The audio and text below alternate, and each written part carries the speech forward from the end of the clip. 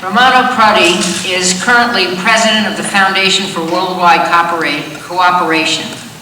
The Foundation's goals are to face social, cultural, political issues in the world, developing and offering new proposals of cooperation in the international context. Professor Prodi served as Italian Prime Minister twice, from 1996 to 1999 and 2006 to 2008. He also served as President of the European Commission, Italy's Minister for Industry, and Chairman of the IRI. In addition to all this, he teaches at Brown University and has just returned from a fascinating trip to China. Please welcome President, Professor, Prime Minister Romano Prodi. Good afternoon to everybody. Thank you for your kind presentation. I really am delighted to be here today with you, and it is a great pleasure to have contributed to the organization of this second conference on the political and economic integration of Africa. 53 countries, one union. Especially because the African Union will have a new member soon, the Republic of South Sudan. So I hope that next year in Addis Ababa we shall transform this in 54 countries, one union. But it is not only great honor for the location of the conference and the reputation of the participants, but especially in light of the current political emergency that some African regions are experiencing. In this political condition, it is vital to discuss deeply and in total freedom of mind with those actors who operate in this challenging environment. It is clearly a time of crisis for Africa. Different from the past, however, this time of instability and conflict is affecting mainly the northern part of the continent, an area that we used to consider stable and relatively peaceful. The call for more democratic institutions and for a fairer economic growth has started the so-called Arab Spring. Recent events in North Africa have shown something that we know very well, that is clear to all of us, but is worthwhile to repeat, that only democratic institutions can ensure long-term political stability. The current crisis has started the process of rapid and unexpected transformation. This process has brought us great hopes and expectations, but is still open to either positive or negative outcomes. The final results of this transformation depends on the actions and reactions of domestic actors that are in the roots of change, but also depends on what the international community will do in the near future. And looking deeply at what is happening in Egypt after the great events of last months, let's say deepening of economic difficulties, increasing of unemployment, riots, tensions, and I am afraid that if you are not very, very careful, after the spring, the winter may soon follow. We must therefore make any effort to turn the current crisis into a political opportunity for positive development. Economic development is a necessary element for the strengthening of new-born democracies. From this point of view, the G8 decision to offer financial aid to the Arab world needs to be implemented as soon as possible, especially before the democratic momentum fades away. The international community must fulfill its promises, and in the past, this has not been the case in too many occasions.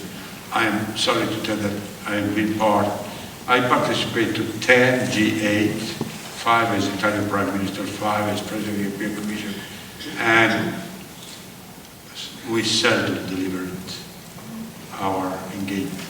Seldom means seldom. If integration is one of the key instruments for improving the condition of African population, then we should continue to invest in the continental and regional organizations that African states have created, especially the African Union and the ancillary regional authorities. Continuing to invest in this institution does not mean to blindly support the unsatisfying status quo. As I will argue later, a variety of reforms are needed to increase their efficiency and in particular for improving their transparency. At the last decade, the African Union, with the contribution of the other regional economic organizations, is an important tool for ensuring peace and security to the African continent. And in order to create a stable and secure environment at the national, regional and continental levels, the role of this institution in conflict prevention, active conflict management, and conflict resolution is and will remain central. In spite of their limits and their weakness, there is no alternative. Their potential strength is a landmark for the future of Africa. The objective is to exploit Africa's organizational strength in terms of their contribution to conflict prevention, mediation, and in the case of African Union, of its capacity to act as the first response to a larger scale United Nations missions. Indeed, the complexity and the necessities of peace operation imply that no single organization is capable by itself of confronting the numerous challenges that are emerging. The lack of political will thus jeopardizes action, while the lack of resources limits the ability of a mission to implement its mandate. One of the main problems still lies in the question how to finance African Union peacekeeping missions, in particular whether or not they should be funded from the United Nations assessed contribution. Unfortunately, no improvement on these issues has yet been made. I do understand how difficult it is to move from a traditional policy of strictly bilateral relations that will take into consideration the needs and the goals of the continent from strictly bilateral relations to a policy that will take into consideration the needs and the goals of a continent whose development will be possible only through increased cooperation among different countries. Both peace and development need the economic scale of a continental cooperation. And while it has become very clear that only by overcoming the present political and economic fragmentation, Africa can move ahead toward further peace, development and prosperity, it is also clear that most developed countries have a great responsibility for the current situation, having often dealt with African states on bilateral basis with no attention for any continental approach. Of course, it is understandable because of history, because of special nature, but this is a wrong way. It's a wrong way. Even European Union members do not have a fully common policy towards Africa.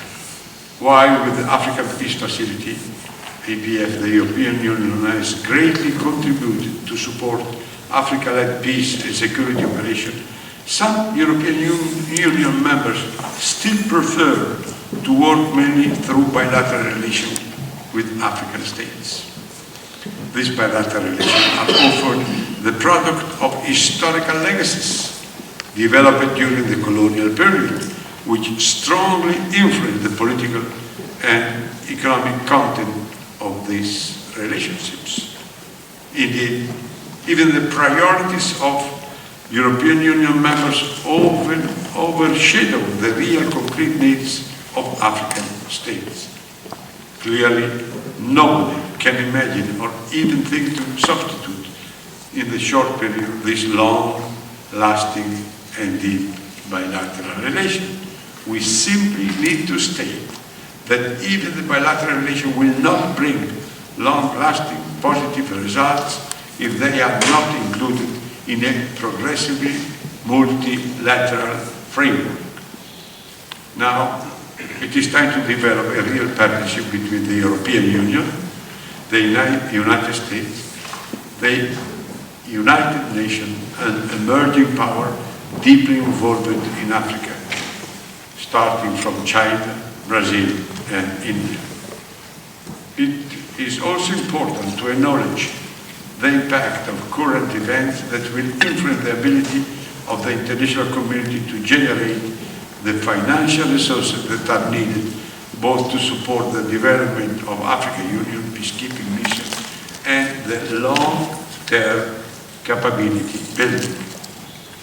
A process of pulling together the financial support to African institutions is especially important in light of the ongoing crisis, which is likely to decrease the resource allocated to the African Union.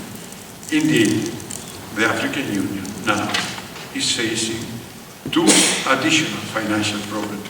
First, with the likely disappearance of Gaddafi Libya, the main financial contribution of the African Union will likely disappear too. Secondly, we need to acknowledge that many African states mistrust the African Union and that they often condition their contribution to a more transparent administration. Improving transparency and accountability is a key objective because it promotes trust, efficiency, and effectiveness. Transparency, above all, is likely to generate additional resources. In such a situation, only global and inclusive coordination of all international partners beyond bilateral relationships can ensure efficient spending and avoid duplications of costs. All these elements combined make African integration a very difficult objective to achieve, especially in the light of the current period of rebellions, secession, and civil wars. Nevertheless, we should not stop to favor further cooperation among African countries, and we must continue to work on what at first may seem the utopia of Africa integration. Recent developments have made even more urgent a coordinated international action in order to support the function of the African Union. If we really want the African Union to achieve its own goals, I do believe it will be necessary to take again into consideration the creation also of a multi-donor trust fund. I wish everyone a very productive conference, and let me thank the important participants and the organizers of this conference, in particular Jane Harmer and Jessica Hylo. Both of them, with great people such as Steve, Peter, Beam, and Jessica, have greatly contributed to the organization and the success of this conference. Now it is our duty to take full advantage of this important opportunity. Thank you.